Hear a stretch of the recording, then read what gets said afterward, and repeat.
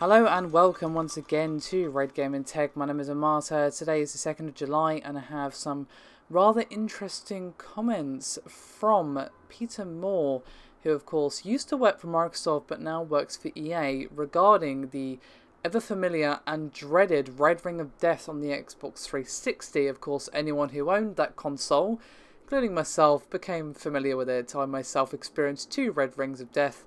My third Xbox 360 currently still going strong, but my first one broke just in time for Assassin's Creed to come out, which was just lovely. Anyway, when he was speaking with IGN, Peter Moore recounted the entire saga, starting with the moment that Microsoft actually learned that there was a problem of overheating and failures.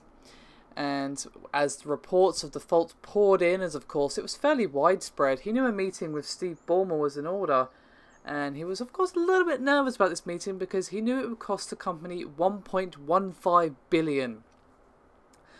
And he said, quote, "I calculated with my finance team, Dennis Durkin, Doug Rouse, and put $1.15 billion right out there. I always remember $240 million of that was FedEx. Their stock must have gone through the roof for the next 2 weeks. And I'm trembling sat in front of Steve, who I love to death, but he can be an intimidating human being. Steve said, okay, talk me through this. I said, if we don't do this, this brand is dead. And then Peter went on to say that if it weren't for that meeting, the Xbox brand would have just been finished right there and there. And Peter continued, quote, I'll never forget that moment. If you're an Xbox gamer, you can thank Steve Ballmer for not even hesitating. Now, we were a wealthy company who could afford to do that, but not even hesitating because the brand was more important. If we hadn't made that decision there and then and tried to fudge over this problem, then the Xbox brand and Xbox One wouldn't exist today.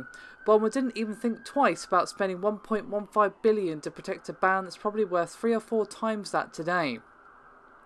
Xbox One wouldn't have happened." And then he said that one working theory for the Red Ring of Death issue was that the company had to change their solder to one which was lead-free in order to sell the console in the EU. And he finished up by saying, quote, "Solder is the way you put in the GPU and the fans. We knew the issue was heat-related.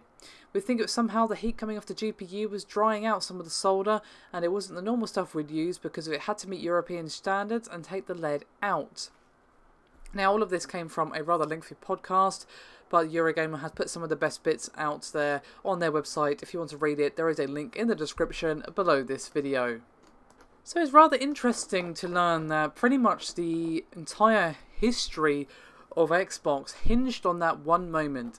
As Peter Moore said, if Steve had said, let me think about it, or had perhaps hedged his bets and not wanted to spend such an inordinate amount of cash, because even for Microsoft, who undoubtedly have deep pockets, that is still a massive chunk. And if Steve had been like, I don't want to spend that much, let's see if we can do it for, I don't know,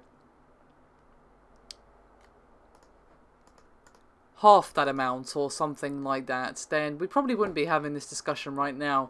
Xbox 360 wouldn't have survived, and of course if the Xbox 360 hadn't survived, then there wouldn't be an Xbox One. So it's just kind of interesting how it all comes back to one moment and how Steve probably handled it as best as he could have. Obviously it would have been better had this issue not been so widespread, or had it not existed at all, to be quite frank. I shouldn't have to have gone through 3 Xbox Ones when my PlayStation 2 lasted me years before it finally fell over. And it was just the disc tray wouldn't open correctly, it kept getting stuck, and that was after me having owned it for probably about 10 years at that point. So yeah, it wasn't great, but Microsoft handled it pretty much perfectly, and they have of course managed to completely save the brand and make it even stronger for Xbox One.